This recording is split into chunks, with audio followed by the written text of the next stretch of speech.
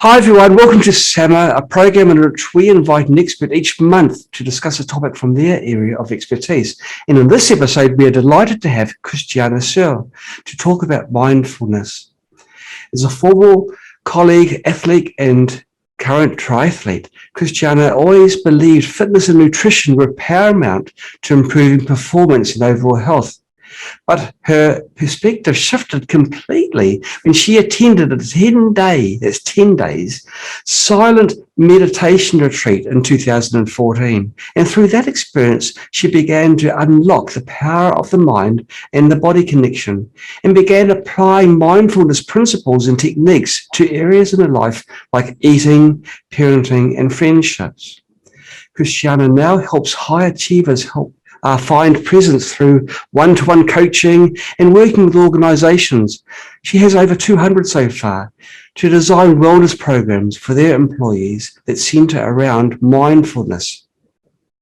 Christiana's intention is to improve health, productivity, and happiness in all of her teams. Isn't that fantastic? She's been recognized as one of the top 10 health promotion professionals by the Wellness Council of America, and her clients have won many local and national awards for their employee wellness programs. This is all exciting stuff and very much aligned with the path which I'm following at the moment. Christiana, we're so happy to have you on our show. Yes, thank you for having me. It's a pleasure. Tell me, how did it all start? I know it started with this retreat that you did, 10 days. Could you describe that and how it impacted your life and your views on life? Yeah, for sure. So I have two young kids now. This was before I had any children. So if some of you have kids, it's definitely hard to envision doing that with them around. But I was going through a tough time in my life. I was transitioning my career and then had some personal health struggles at that moment and decided kind of on a whim to sign up for this 10-day retreat. I'd never really meditated before, which I don't recommend, but I recommend meditation, but not doing a 10-day necessarily if you've never done it. And it was, as you can guess by me being here with you today, John, it was life-changing for me. I'd never realized how much I had going on in my mind at all times, even if I was sitting in silence, just, the songs that would come up, the thoughts, the old stories I would tell myself, things that may have happened, things that may have not, yes. Old emotions. And you're nodding like you know what I'm talking about. So it was just a beautiful experience, very difficult, very challenging. But when I came back, I said, this is an amazing practice, but quickly realized I couldn't live my life in silence. That was not my path.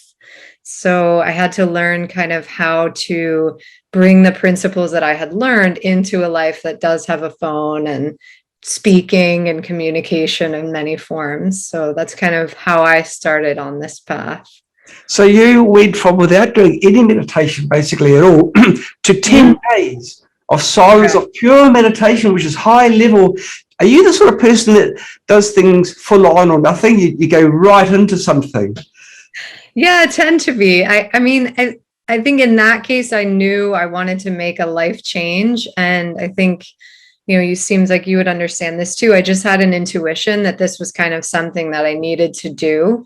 It had crossed my path a few times and I'd said, no, I don't want to do that. And then when I had this health challenge and the career change, I said, you know what, I just need to do something that I would never have done before. And that happened to be it. So, it was I don't know if not quite a midlife, maybe not a quarter life, but it was some life crisis at that time. Right.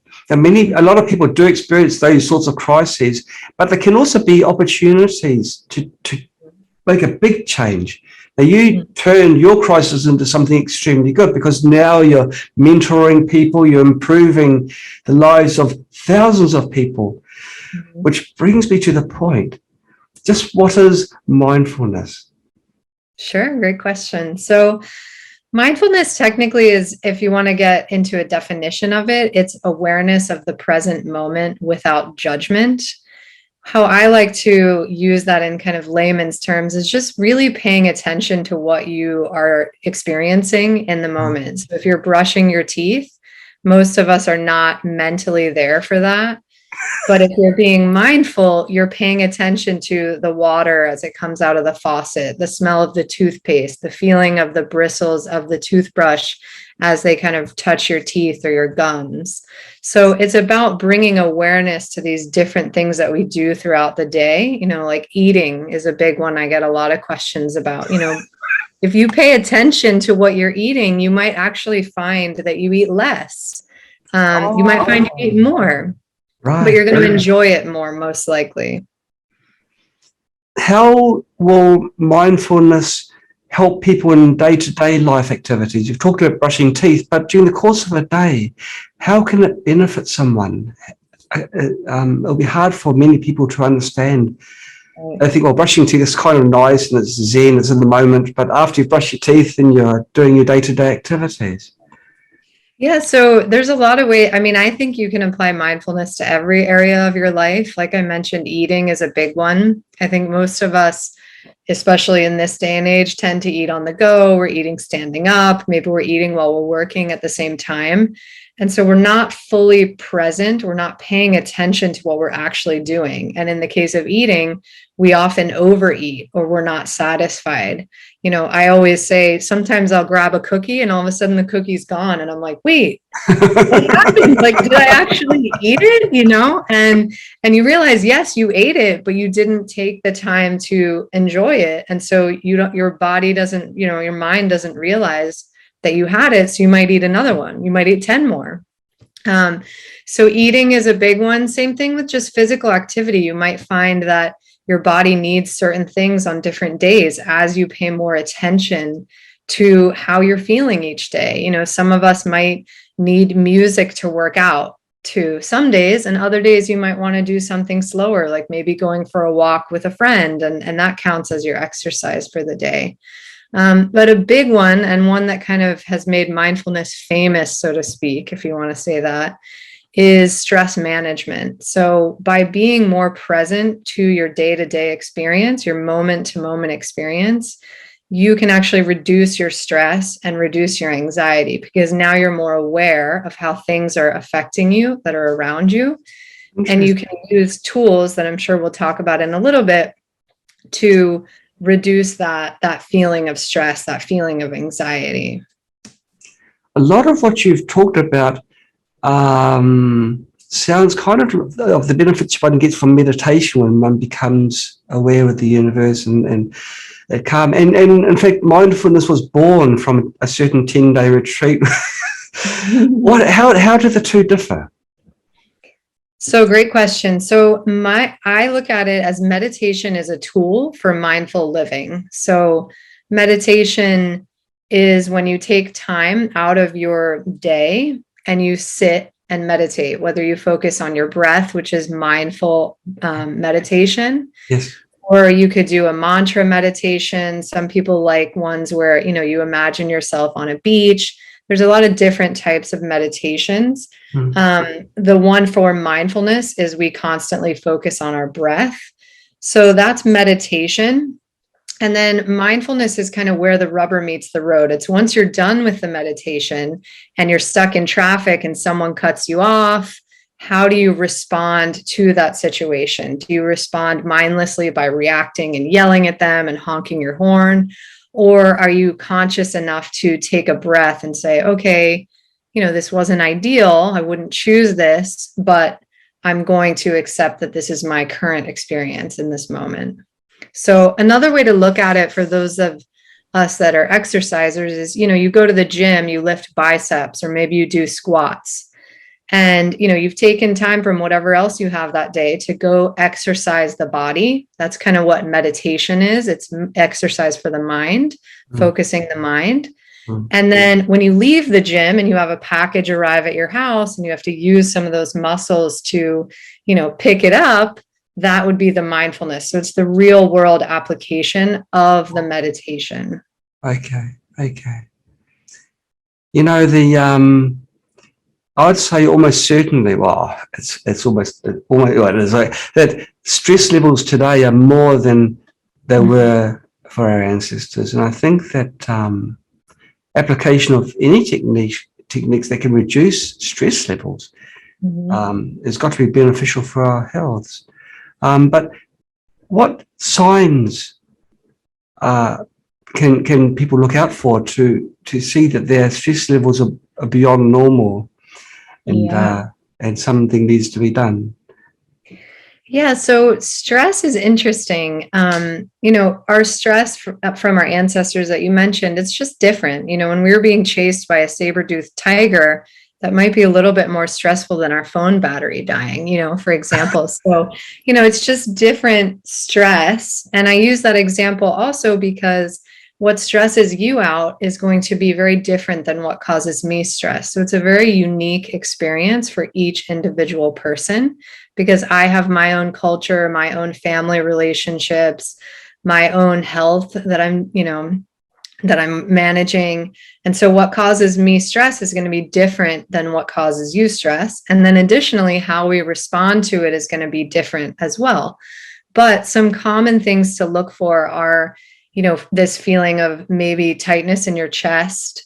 Maybe like I hold my breath when I'm feeling stressed. I'm not holding my breath and turning blue, but I breathe much more shallow than I would normally.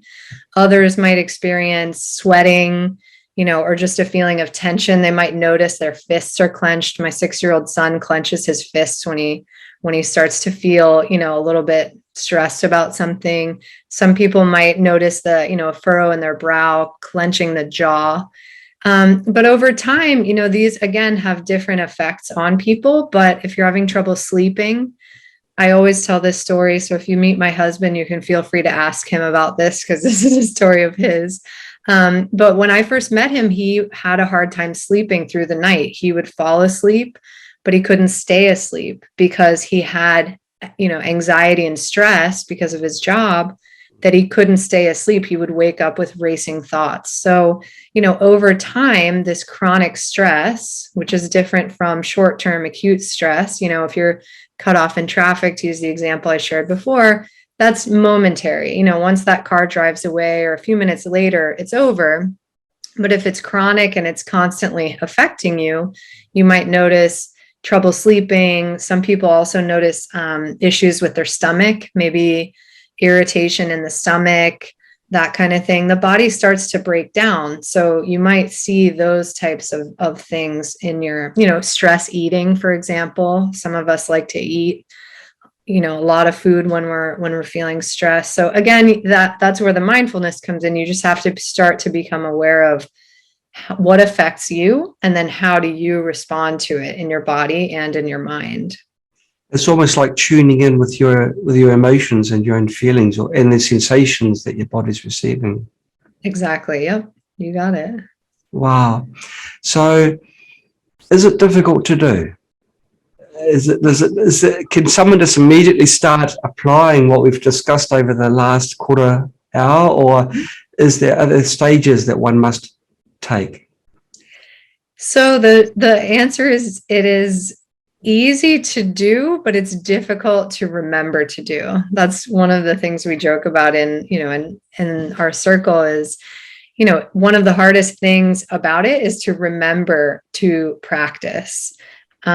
So there's not really there are techniques out there, but it's really just about starting where you are on your journey. So if for you meditating for 30 seconds feels like a lot, then start there. If you're someone that's been doing this for years, you can start longer. But, the key is with any behavior change, I believe, is to start small and then incrementally grow. I didn't start where I am on this journey yesterday. I started probably a decade ago at this point, implementing different things. And now here's where I happen to be, I have a long way to go as well.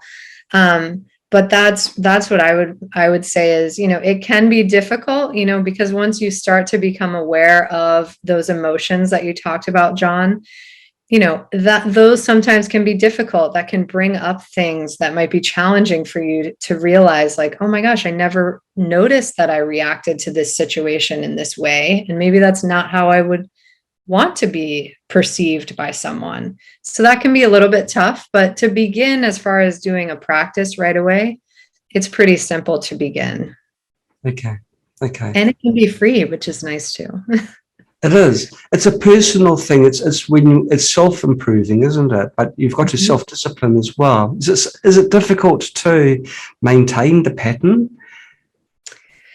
So I think, when you start anything new, it can be difficult to implement that into your life, but I recommend to make it easier to pick a time of day that works best for you. For me, that's first thing in the morning.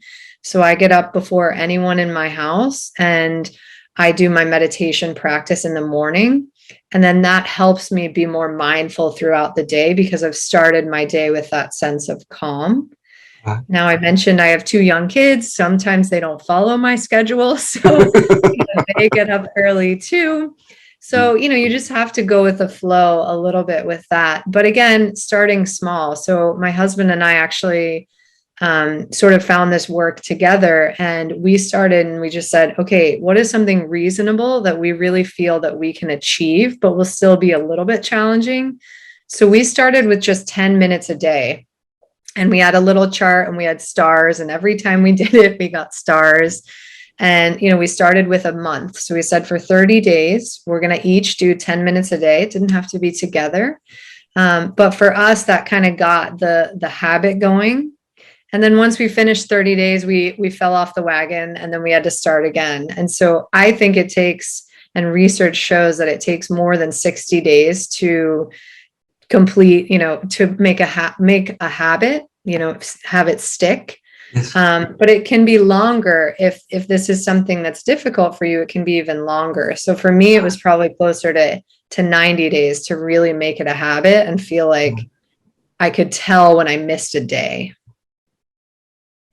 When people practice at least meditation, and I meditate myself, I'm aware of things that happen whilst you're meditating. What happens almost every time is that your mind, before you know it, you're thinking of something. And of course, meditation is not about solving problems while you're zoning out. What would you suggest to people that have got problems just trying to block off what's around them and then becoming at one with the universe? Right. So that's the biggest challenge. And as a meditator, you know this, your mind, you come up with the most interesting thoughts when you're meditating. Right? So for mindfulness meditation, anytime you notice your mind has wandered to something else, it might be a thought, maybe it's an emotion, it might be even a body sensation. Sometimes your back starts hurting or your leg falls asleep, something like that. Mm. That's your sort of reminder to come back to your breath. So Okay. anytime you notice, you come back to your breath. And it might have been, you might have been wandering and wandering and wandering, and you're now in the 27th dimension. You come back. So you always come back to your breath. Your breath is what we call an anchor. And some people have trouble connecting to your breath. So if you are one of those, which I was when I first started, you focus on your breath where you feel it in your body. So that might be the nose where you breathe in. Maybe it's the chest. You can notice the rise and fall of your chest as you breathe in and out. Or you can put your hands on your stomach too. So if you have trouble connecting with your breath, you can do that as well. Right. I noticed with questions I'm asking you, you give several alternatives. Is this because everyone is different? Everyone's got different things that work for them. Yeah. There's no I think one, so. no one method. I mean, I really believe that we're all unique and we all have different needs. And so, and it might be different for people in different stages of their life. And so I like to provide different options of ways that we can all come together in this practice, but maybe in different forms. That, I do believe that meditation is extremely important. I recommend that to everyone. But there are also other mindfulness practices, journaling to help get what's in your mind out of your mind. You can, like I said, the mindful eating practices that we discussed, mindful listening, oftentimes we talk more than we hear people, and we have two ears and one mouth. So really, we should be listening more than we're talking. And so, I think it's about a holistic approach here and giving people different ways to try things and see what works for them. Right. And I guess a similar answer will be given for posture during meditation. Mhm. Is there one posture that one must use, or are there several options? So, so the recommended posture that I would say I'm a little more strict on that. You definitely want to sit up as straight as you can. But again, there are options. My husband has a, his back hurts when he sits on a cushion, like you see in the sort of stereotypical meditation photos where someone's sitting in a, what we call lotus position. Yes. That can be difficult for some people. If you're very inflexible in your hips, that can really hurt. And so you can sit on a chair. But what we want to do, regardless of where you're sitting, is have a straight spine. So we want to, open the airflow as much as possible. I do have some people that have trouble even sitting for that long. So, they can lay down as well. Most people that I come across do fall asleep when you do that, which maybe is your intention. If you're doing it before you go to bed, maybe that's a good thing. So again, playing around with that. I tend to be someone that falls asleep, so I cannot ever lay down and meditate. I don't know. How about you? How do you sit? I sit straight up. Like your husband, I'm Mr. Inflexible, so I sort of sympathise with him. But I find that if I lean forward slightly, it seems to help, and I can maintain the position for much longer. Mm-hmm. Most times I only go for like 30 minutes. I did a 3.5-hour session 2 days ago. That's only because the alarm went off early and I couldn't go back to sleep. So I made a nuisance, a mistake into an opportunity. Beautiful. And I decided to go for it. But that's certainly not normal for me. But whilst I was doing it, I was relaxing and it was beneficial. So that's good. Mm-hmm. But certainly the back can be a problem. But I was watching a video yesterday where this this expert from India says that if you fall asleep, you can, whilst you're meditating, you can pass the meditation to your sleep, and you can meditate in your sleep. So you wake up incredibly refreshed. So it may not be a bad thing. Correct. Yeah. May not be. But again, I guess everyone's different. And you've got to do what you're comfortable with. Otherwise, you won't continue doing it.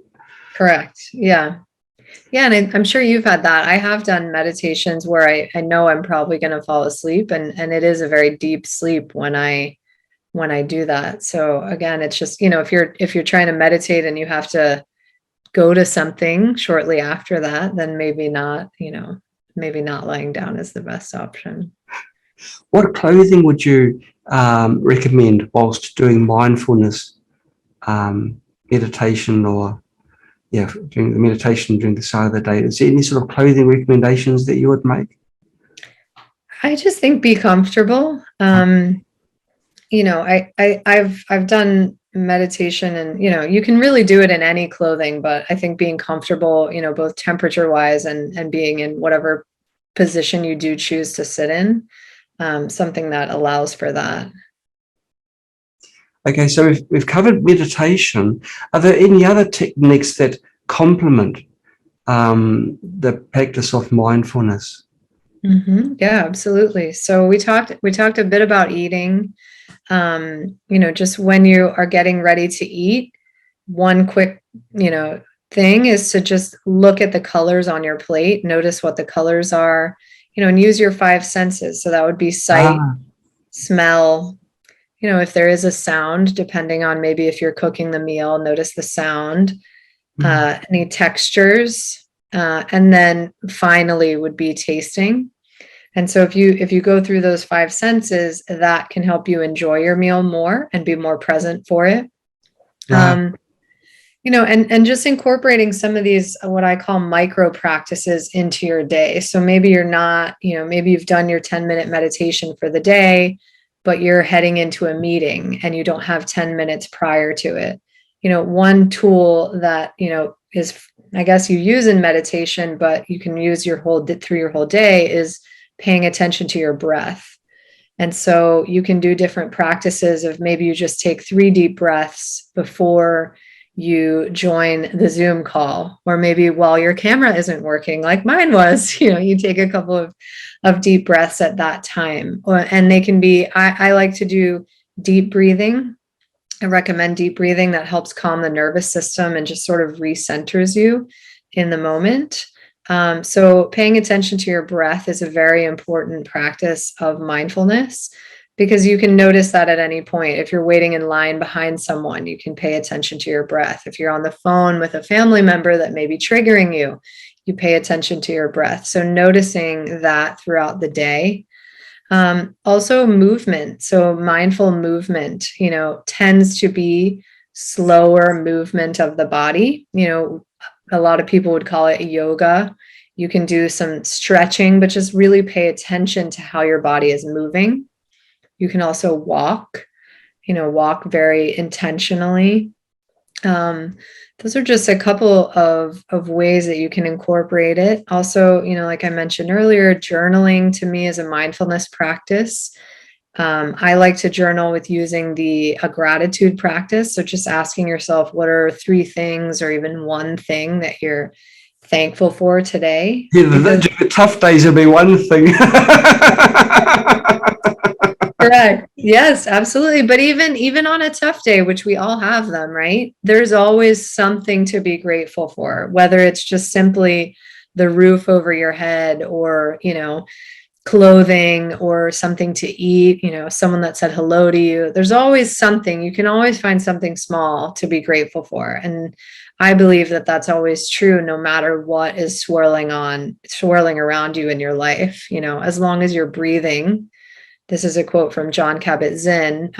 As long as you're breathing, there's more right with you than there is wrong with you, because we're a collection of billions and trillions of cells. And as long as we're breathing, more of them are doing the thing they should be doing and doing the right thing than are not. So would you agree that mindfulness is like a recipe for happiness, or can be part of a recipe for happiness? yeah, I think it can be, for sure, part of, I think connecting to yourself helps you connect with those around you. If you have a family around you, or friends around you, or even people that you work with, and you're connected to yourself, you can connect more to others. A lot of my clients have seen that in their relationships. As they become more mindful and present, they realize that sort of spreads to people around them. So I think it is an ingredient to happiness, for sure. But I think you can be happy, or you can be peaceful as well. And, so without getting into semantics, I think happiness is a nice goal, but also being peaceful, I think, might even be a level above that in my mind. Right, but both of these can also have positive health benefits, real benefits. Absolutely. What sort of, can you tell us what sort of, maybe give examples of people that have gained from the application of mindfulness Mhm. in their health and in their lives? Yeah, definitely. So if you look at the work of, there's a program called Mindfulness-Based Stress Reduction. It's an 8-week program. And so if anyone's interested in learning all of the science behind that program, it's been in existence for about 40 years. And Wow. and it's out of Boston, Massachusetts, in the US. And so that program has shown a reduction in stress, reduction in anxiety, improved relationships. They've also seen, people, not everyone, and I don't want to recommend this, because obviously, everyone has their own journey, but people getting off of certain medications that they were dependent on prior to the program, people not being readmitted to the hospital for different conditions that they have. So, I've seen individuals that, had a hemorrhagic stroke, for example, and because of stress, and then decided, hey, first of all, I survived that, which was, a big thing. And then they decided to, change their life. And one of the ways that they did that was through mindfulness. And that helped them manage their stress to hopefully mitigate that from happening in the future. Can we predict a stroke or a heart attack that didn't happen? not at this point, maybe someday, or at least not that I'm aware of. So yeah, I've personally seen people, make job changes to find their true passion because of becoming more aware of how they're feeling during the day. I've seen people, improve their relationship with their children because they didn't realize that it was some sort of block that they had that was preventing them from, connecting with their kids, another one, their spouse.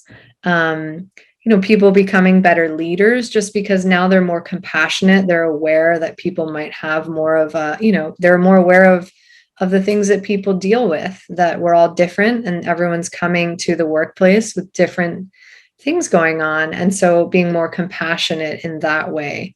So I've seen a lot of great changes in people's lives, but it doesn't come without putting in the work.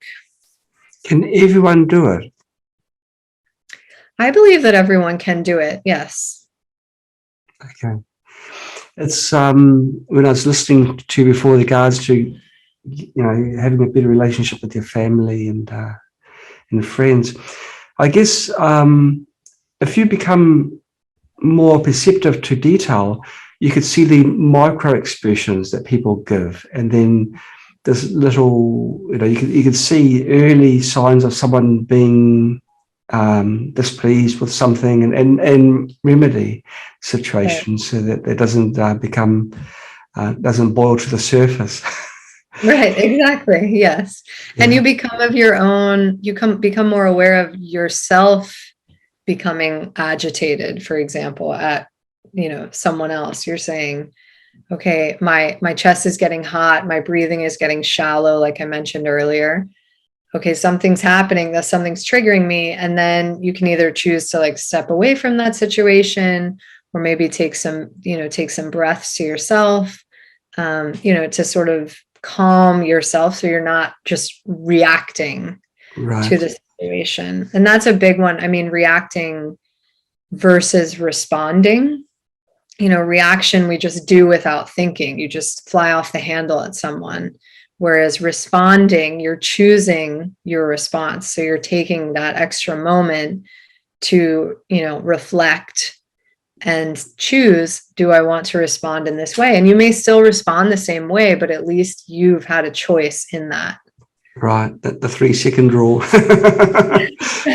before you push the red button, just give yourself 3 seconds to contemplate. Exactly. How long does it typically take somebody to become instinctively more mindful? Again, I think in my experience that varies. Some of us are naturally more mindful than others already. But they may have challenges in different ways. So, I think it takes at least a couple of months to start getting used to sort of the practices and integrating it into your life as it is. And then seeing as things change and things flow, which they inevitably do, okay, how is this practice helping me? Like, for example, when I started, shortly after that 10-day meditation, about 6 months after, my dad had a major health challenge. My mother-in-law had a major health challenge, and our dog passed away. And thankfully, my mother-in-law and my father are fine now. This was several years ago. It was something that I would never want to experience again. Right. I feel that because of my mindfulness practice, I was able to be present for all of what happened. So I saw the beauty in my mom and everyone that kind of rallied around her and sort of came to help my parents as they were going through that. I saw, my sisters and I got a lot closer and we live we're all spread out. Because we sort of bonded together over this shared experience. Same thing with my mother-in-law and my husband's family. I saw a similar thing in their family. So, I think it takes, to answer your question, I think it depends on the person, how long it takes to sort of integrate. But I think no matter where you are, whenever you start or whatever you do will be beneficial, because we're all going to have these challenges, like I just mentioned, with these health crises in my family. And so how do we want to face those challenges? Do we want to face them from a calm, grounded, present way? Or do we want to be kind of scattered and haphazard as we enter that? So. Okay, right. If someone wants to lose weight, it's always easier to have a group of friends who are part of the secret, and there's like a mini competition, but they support each other. Is it a similar thing with mindfulness? Does it help to have other friends and colleagues who can support and give suggestions and compare notes? I think so. I think that, a team approach is always helpful. I think Yes. with the pandemic and everything we've been through in the last couple of years, I think for a lot of us, that was what we missed, was that sort of community and team. So I think the community piece depends on what that means for you. So does that mean an app that has, a community within that, where you feel like, there's a couple apps that will tell you, congratulations, you finished meditating today. 2,000 other people meditated with you. And that feels cool to know that. That might be good for someone, whereas someone else might need, to do a Zoom call with their friend to, feel like we have accountability. And yeah, I think it's helpful to share notes and say, hey, I did this today, I did that. But because mindfulness really is a lifestyle, I think it's about applying it to your unique life and your unique situation. I think it's always helpful to talk with others about that. Are there any apps that you would recommend people use? Yeah, so there's an app called Insight Timer. I believe I haven't used it in a while because I don't use the apps myself anymore, but my clients have used it, and there's a free version and a paid version. And that's great if you just want to sort of search for meditation for sleep, for example. They have thousands of teachers. I'm one of the teachers on there if you want to look up some of mine. There's also an app that a lot of my clients like called Headspace, which you may have heard of. It's more of a prescriptive, here's day one, here's your meditation for day one, here's day two, here's day three. And they have fun little cartoons and things on there that are helpful to learn some of the concepts that we're talking about. There's another one called Calm that is very popular as well. So those are kind of the three. And I believe they have, some of them are subscription, kind of depends. They change their models, it seems. So I can't keep track of all of them all the time. In books for beginners, people learning and they know nothing now, are there any books that you would recommend for people that they could read and get some of the basic concepts of mindfulness? Yes. So a book I like is called Wherever You Go, There You Are, which is by Jon Kabat-Zinn, who created the mindfulness-based stress reduction program I mentioned earlier. There's also a book called, I believe it's called Intro to Meditation. It's by Yogani. It's a very tiny little book, maybe 50, 60 pages. So that's, kind of an easy way to start. And I think any book on kind of compassion is helpful, because while it doesn't specifically talk about mindfulness in the title, there's I guess it is called Mindful Self-Compassion. It's by Kristin Neff, because I believe, compassion is a big component of mindfulness, because we tend to be our own worst critic, right? We're harder on ourselves than we are on anyone else. Sometimes we say things to ourselves that we would never say to a friend or a loved one. And so having compassion for yourself and where you are on your journey is so powerful and so healing to implement that practice. So that's a great book as well. That's quite, mindfulness has got such a terrific impact, or the potential to provide an impact to people's lives and health. And it's not expensive. Like, it's not something you have to buy and then take every day. It's just a different lifestyle that you introduce a change to your lives, and then there's real world benefits. I'm struggling to think of any cons. Maybe having to meditate every morning or set aside a time for meditation is probably the only con, but that in itself is a pro, because it means you're, for at least a short period of time, distancing yourself from all these triggers around you. Right. Yeah, I think one of the cons, it's not necessarily a con, but it does take time, and it's a lifelong journey. It's not going to be something that in 3 weeks or 3 months or even 3 years, you're going to say, okay, I'm done. I got it. It's over. It's, as you continue learning about yourself, you find all these different layers. I'm sure you've experienced this in your meditation journey that you didn't even know existed. And you find different places in your life to apply it, your family, your exercise routine, your finances, even,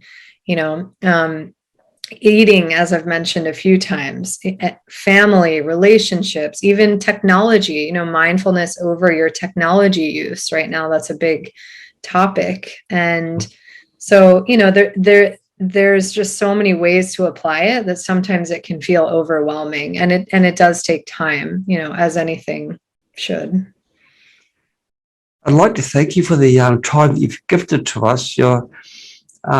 We've gained a terrific lot of knowledge from our discussion. Is there any points that we haven't covered about mindfulness that you'd like to mention now? I think we've covered most of it. I could continue talking, but yeah, I think we've covered the main points and how people can get started and, apply it to their lives. So how can people contact you to have tuition? How can people contact you? So I'm on Instagram. It's Christiana Serle, or you can feel free to visit my website. It's the same, christianaserle.com, and just kind of connect that way, and we can go from there. But I would love to connect with you on Instagram, LinkedIn, Facebook as well, and just kind of see how your journey is going and what's working for everyone out there. Because I learned too from communicating with others. So. And you've got quite a presence on YouTube and other online media that I've seen. It's very embarrassing when you interview someone and then you just realise at the very end of the interview you've pronounced their name wrong, the surname at least. Oh, Thank you for not correcting me. That shows that you've got fantastic compassion and also a huge degree of tolerance, which is very good whenever. So no worries, it happens all the time. So. Thank you so much for coming on to our show. It's been a wonderful blessing to us and all the viewers that will be watching this video. Thank you so much for your time. My pleasure. Have a great day. You too. Bye-bye.